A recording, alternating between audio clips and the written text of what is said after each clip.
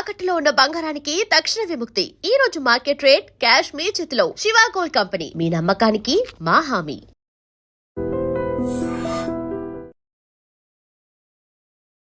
నమస్తే గురుగారు. శ్రీమాత్రే నమః. గురుగారు, మరి బంగారం పెట్టుబడి ఎక్కడ పెట్టాలి? Which is the right choice, healthy choice అంటారు?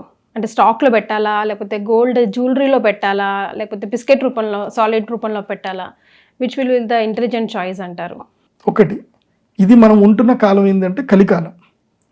కలికాలంలో కలి 5 మీద ఉంటాడు.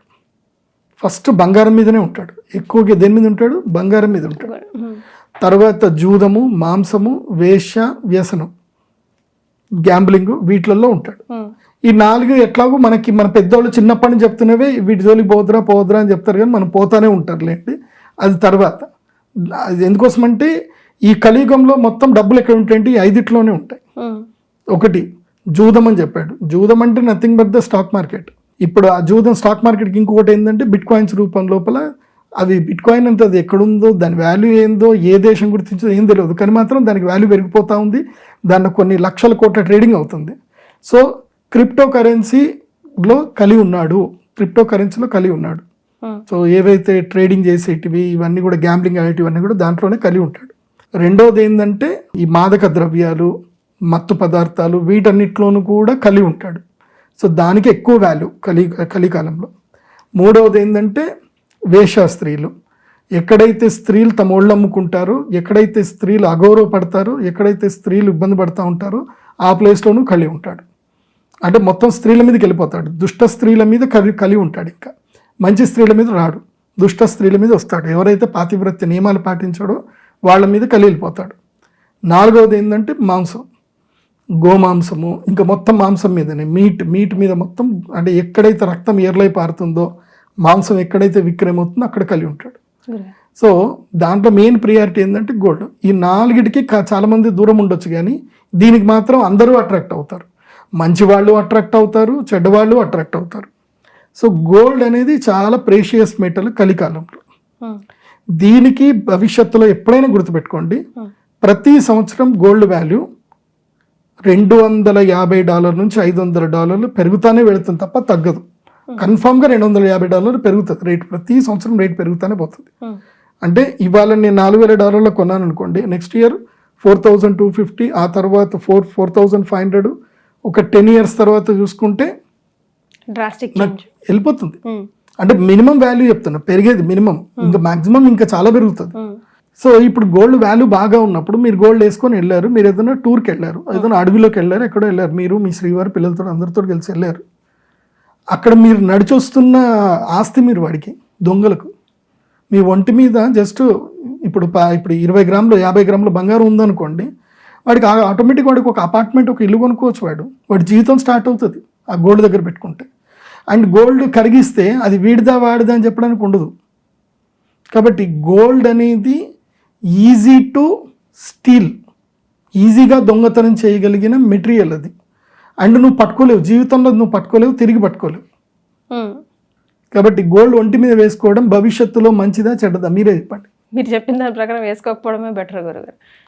ఇంకెవరు గోల్డ్లు వేసుకోకండి, అయిపోయింది. గోల్డ్ వేసుకునే రోజులు పోయినాయి, కలికాలం ఎంటర్ అయిపోయింది. నేను చెప్పే కదా, షష్టగ్రహ కూటమి ఎప్పుడైతే 2019లో కోవిడ్ వచ్చిందో, కోవిడ్ తర్వాత కలి పూర్తిగా ఎంటర్ అయిపోయాడు కలికాలం. కాబట్టి బంగారము ఒంటి మీద వేసుకోకండి. మీకు నేను భవిష్యత్తులో కూడా చెప్తున్నాను, ఇట్లాంటివి మీరు జరగవని కూడా అనుకోకండి. సినిమాలు నేను చెప్పిన కాన్సెప్ట్ కూడా తీసుకొని కూడా వేస్తారు చూడ. భవిష్యత్తులో మొత్తం ఒక పెళ్లి హాలు కంప్లీట్గా దొంగలందరూ రాబరీ చేసే అవకాశం కూడా ఉంటుంది. ఒక పెళ్లి హాల్ని అన్ని బంద్ చేసి వాడు టియర్ గ్యాస్లో మొత్తం మంది ఏదో వదిలేసి అందరిని మూర్చబెట్టేసి ఉన్న బంగారం మొత్తం దోచుకున్న పోయినా పోతారు. భవిష్యత్తులో ఒక పెళ్లి మండపాన్ని మొత్తం దోచుకున్నది భవిష్యత్తులో ఒక న్యూస్ కూడా వస్తుంది, చూసుకోండి.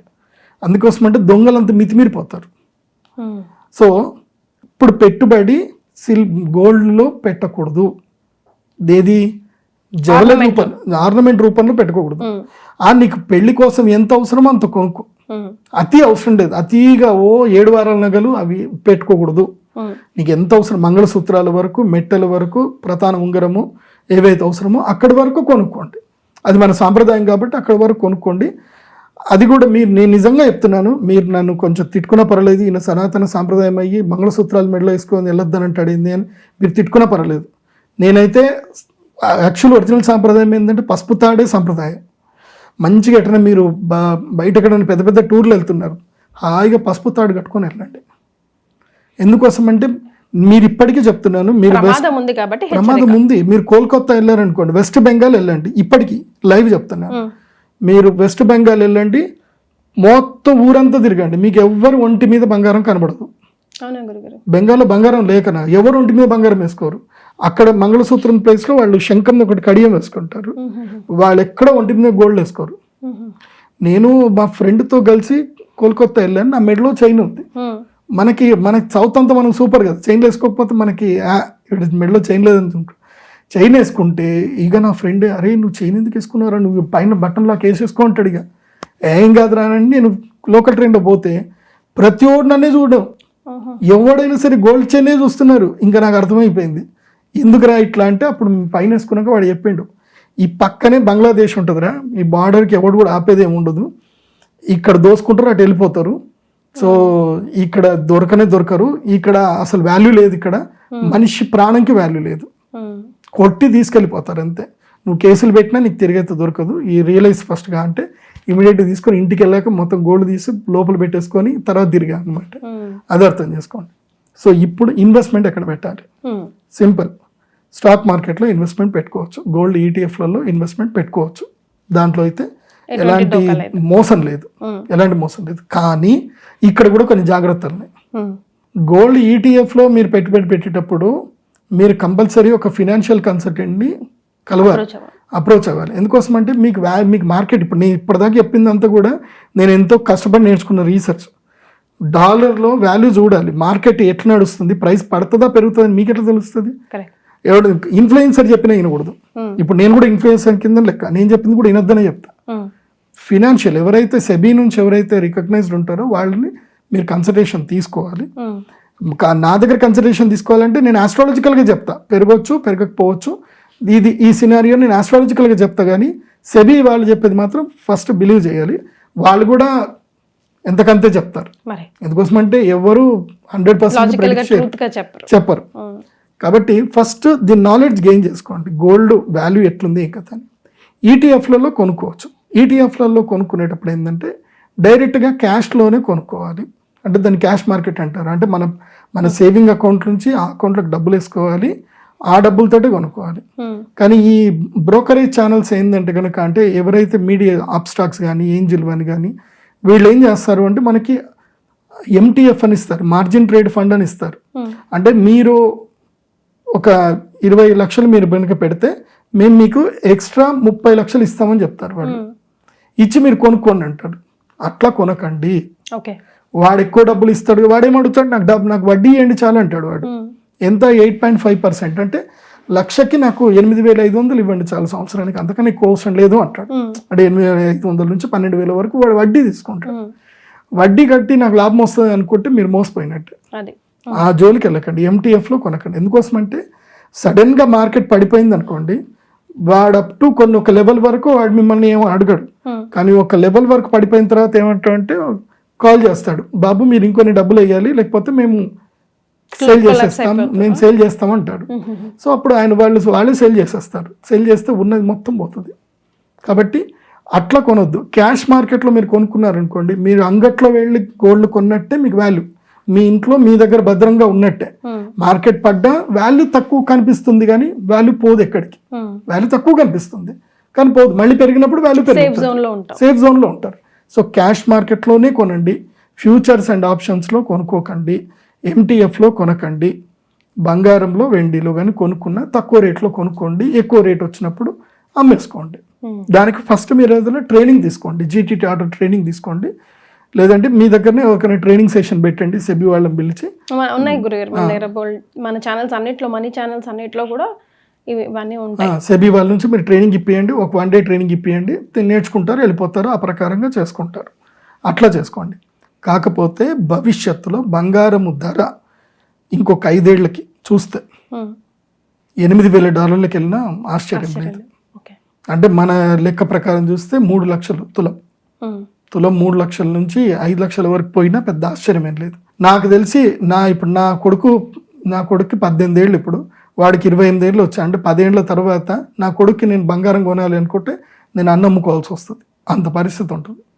సో బంగారం ఎప్పటికైనా వాల్యుబులే. మీరు ఒకవేళ ఇప్పుడు నేను బంగారం కొన్నానండి నేను నష్టపోయాను అంటే మాత్రం నేను అందరికీ మొదటి నుంచి చెప్తున్నా, ఇది ఎవడు దేవుడు కాదు, ఎవడు చెప్పేది కాదు. ఎప్పుడైనా మార్కెట్ పడుతుంది. ఇప్పుడు ఒకవేళ కనుక ఆయిల్ ప్రైస్ ఇట్లాగే క్రైసిస్ ఏర్పడి, యుద్ధం ఏర్పడి, వరల్డ్ వార్ కనుక ఏర్పడితే, ఆయిల్ మొత్తం క్రైసిస్ ఏర్పడితే, ఆయిల్ ఎంత తక్కువగా దొరికితే అంత దీని డిమాండ్ పెరుగుతూ వెళ్ళిపోతుంది. అప్పుడు గోల్డ్ వాల్యూ వచ్చేసి నీకు $1000 కూడా పడిపోవచ్చు. గోల్డ్ పూర్తిగా వాల్యూ లేకుండా అయిపోవచ్చు. ఎందుకోసమంటే వరల్డ్ ట్రేడింగ్ కరెన్సీ. అందుకోసమే అమెరికా వాడు చాలా తెలివైన వాడు. ప్రపంచంలో లార్జెస్ట్ గోల్డ్ వాడి దగ్గరనే ఉంది. ప్రపంచంలో ట్రేడింగ్ కరెన్సీ అంతా కూడా వాళ్ళదే. కాబట్టి వాడు రెండింటిని బ్యాలెన్స్ చేసుకుంటూ లేపుకుంటూ అయిపోతున్నాడు. అంటే ఇటు గోల్డ్ వాల్యూ లేపుతున్నాడు, కొన్ని రోజులకి మళ్ళీ డాలర్ వాల్యూ తీసుకొస్తాడు, మళ్ళీ కొన్ని రోజులకు గోల్డ్ తీసుకొస్తున్నాడు. క్రమేపీ డాలర్ వాల్యూ గోల్డ్ వాల్యూ రెండు పెరుగుతున్నాయి. సో అంటే ఫైనల్గా అమెరికానే బెనిఫిట్ అవుతుంది. చాలామంది డాలర్కి గోల్డ్కి అగేన్స్ట్ అనుకుంటారు, కానీ గోల్డ్ ప్రపంచము ఉన్నంత గోల్డ్ అంతా చైనా దగ్గర ఎక్కువ ఉంది అనుకున్నా, వేరే దగ్గర ఎక్కువ ఉన్నా, కానీ అల్టిమేట్గా ఎక్కువ ఎవరి దగ్గర ఉంది అని అంటే యుఎస్ దగ్గరనే. కాబట్టి మీరు గోల్డ్ కొనుక్కోండి, డాలర్ కూడా కొనుక్కోండి. డాలర్ గోల్డ్ రెండు పెరుగుతూనే ఉంటాయి. కాబట్టి స్టాక్ మార్కెట్లోనే పెట్టుకోండి, ఈటీఎఫ్లో కొనుక్కోండి, లేదంటే గోల్డ్ బాండ్స్ ఏమి ఉంటే గోల్డ్ బాండ్స్ తీసుకోండి. అవి సేఫ్గా ఉంటాయి. అవి మీకు ఏ దొంగల వల్ల పోవు. మీకు ఒకవేళ మీ యొక్క ట్రేడింగ్ అకౌంట్ ఎవడైనా హ్యాక్ చేసినా కానీ వాడు అమ్మితే నీ అకౌంట్లకే డబ్బులు వస్తాయి తప్ప వాడి అకౌంట్లకి అయితే డబ్బులు పోవు. అట్లా అని చెప్పి ట్రేడింగ్ అకౌంట్స్ ఎవరికి పాస్వర్డ్లు ఇవ్వకండి, జాగ్రత్తగా పెట్టుకోండి. ఫ్యూచర్ అంతా కూడా ట్రేడింగే ఉంటుంది, కాకపోతే సేఫ్గా ట్రేడ్ చేసుకోండి. ఇక ఆభరణాలు అయితే కొనొద్దనే చెప్తాను నేను. ఆభరణాలు ఎంత తక్కువ కొనుక్కుంటే అంత మంచిది. ఎందుకోసమంటే ఆభరణాలను చూసి వాల్యూ పెరగదు, అక్కడ వాల్యూ పెరుగుతుంది. కరెన్సీ వాల్యూ బట్టి పెరుగుతుంది. ఎంత పెరుగుతూ ఉంటుందో నువ్వు అంత నడిచొచ్చే బ్యాంక్ ఇంకా నువ్వు ఎక్కడ పోతే అక్కడ నువ్వు 50 లక్షలు ఒంటి మీద వేసుకొని పోతున్నట్టు 100% లైఫ్ థ్రెట్ గోల్డ్కి. భవిష్యత్తులో పోలీసులు కూడా ఇంకొక 5 ఏళ్ళు అవుతే పోలీసులు కూడా చెప్పేస్తారు బంగారం వేసుకొని తిరగకండి అని చెప్పి, వాళ్ళు కూడా ఓపెన్ వార్నింగ్స్ వచ్చేస్తాయి ఆ భవిష్యత్తులో. ఇప్పటికే ట్రైన్ లో రద్దీ ఉన్న ప్లేస్ లో అన్నిట్లో మనం వింటనే ఉన్నాం గురుగారు. చైన్ స్నాచింగ్ తో ఇప్పుడు కూడా చాలా కామన్ అయిపోయింది, చాలా మంది చనిపోయారు కూడా. కాబట్టి రోల్డ్ గోల్డ్ వేసుకొని హ్యాపీగా తిరగండి. 10 మందికి చూపించుకోవడానికి బతకండి, మీ బతుకు కోసం మీరు బతకండి. సో ఎప్పుడు మనం ప్రదీప్ జోషి గారితో ఆస్ట్రో ప్రిడిక్షన్సే చూసాం, బట్ ఇన్ డెప్త్ నాలెడ్జ్ ఇచ్చారు గురుగారు. ఎవ్రీథింగ్ అసలు వింటే ఈ వీడియో నిజంగా ఏ మాత్రం అవగాహన లేని వాళ్ళకి కూడా అవగాహన కలుగుతుంది. Thank you so much. శ్రీమాత్రే.